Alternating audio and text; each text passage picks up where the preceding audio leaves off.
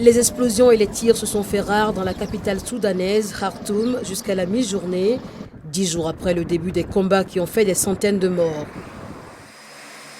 Profitant de cette potentielle accalmie, les pays étrangers intensifient les efforts pour évacuer leurs ressortissants.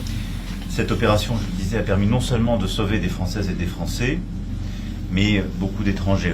Au total, 538 personnes, dont 209 Français, ont été évacuées par l'opération Sagittaire, mais également beaucoup d'autres ressortissants de pays partenaires, notamment africains, qui avaient sollicité notre assistance, et c'est l'honneur de la France, et je vous en remercie.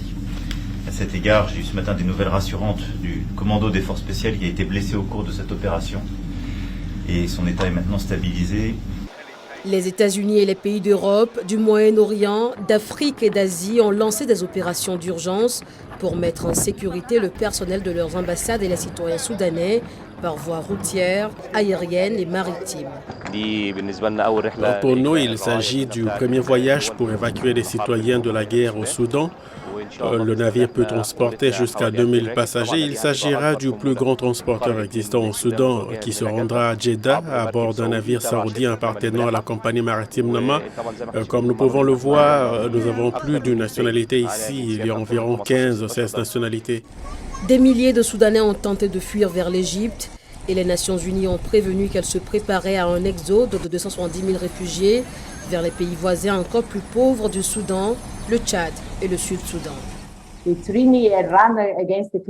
C'est vraiment une course contre la montre parce que les gens sont vraiment dans le besoin. Ils sont trop près de la frontière, ils doivent être relocalisés et nous devons aussi rejoindre les gens qui traversent la frontière, ce qui est très éloigné, des zones où il n'y a absolument aucune communication. Mais pour l'instant, nous travaillons avec 20 000 réfugiés comme chiffre opérationnel, mais nous prévoyons jusqu'à 100 000 dans le pire des cas. Mais des millions de Soudanais ne sont pas en mesure de fuir le pays, dont l'histoire est marquée par des coups d'État militaires.